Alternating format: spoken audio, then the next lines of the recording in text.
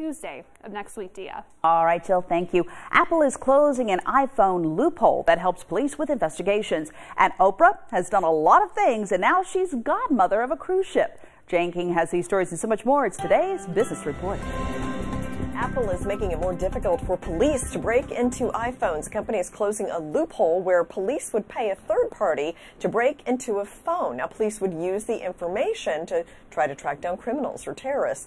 Law enforcement is angry about Apple's move. Well, Lowe's is no longer checking shoppers' receipts at the door. The company was checking the receipts at stores that were considered to be high theft.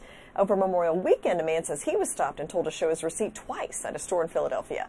But there was no check when he shopped at a store in the suburbs. He says the staff told him the receipt policy only applied at inner city stores. Lowe's says the company's intention is to make everyone feel welcome.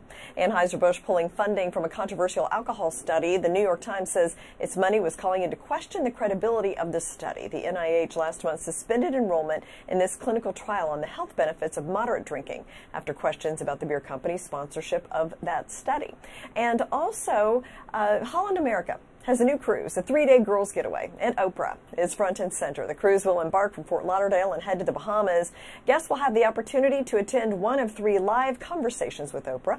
Additionally, editorial staff from The Oprah Magazine will be on board hosting special events.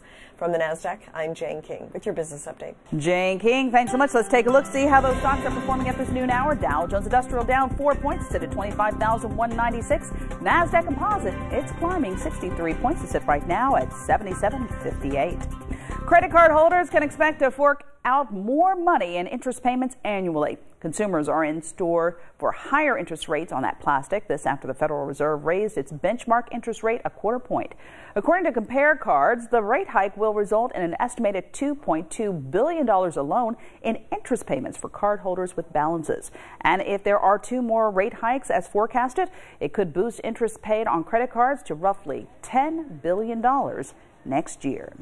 Managing work and kids during the summer months can often be challenging, but a new Career Builder survey finds majority of working parents say you can have it all. In fact, 78% of workers with kids at home say it's possible to be equally successful in your career and as a parent, but time at the office is taking a toll on some families. More than a third of working parents say that they've missed a significant event in their child's life due to work in last year.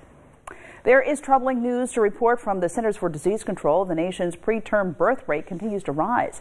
The latest data shows preterm births increased from 9.5% in 2014 to nearly 10% in 2016. The upswing comes after a long period of decline.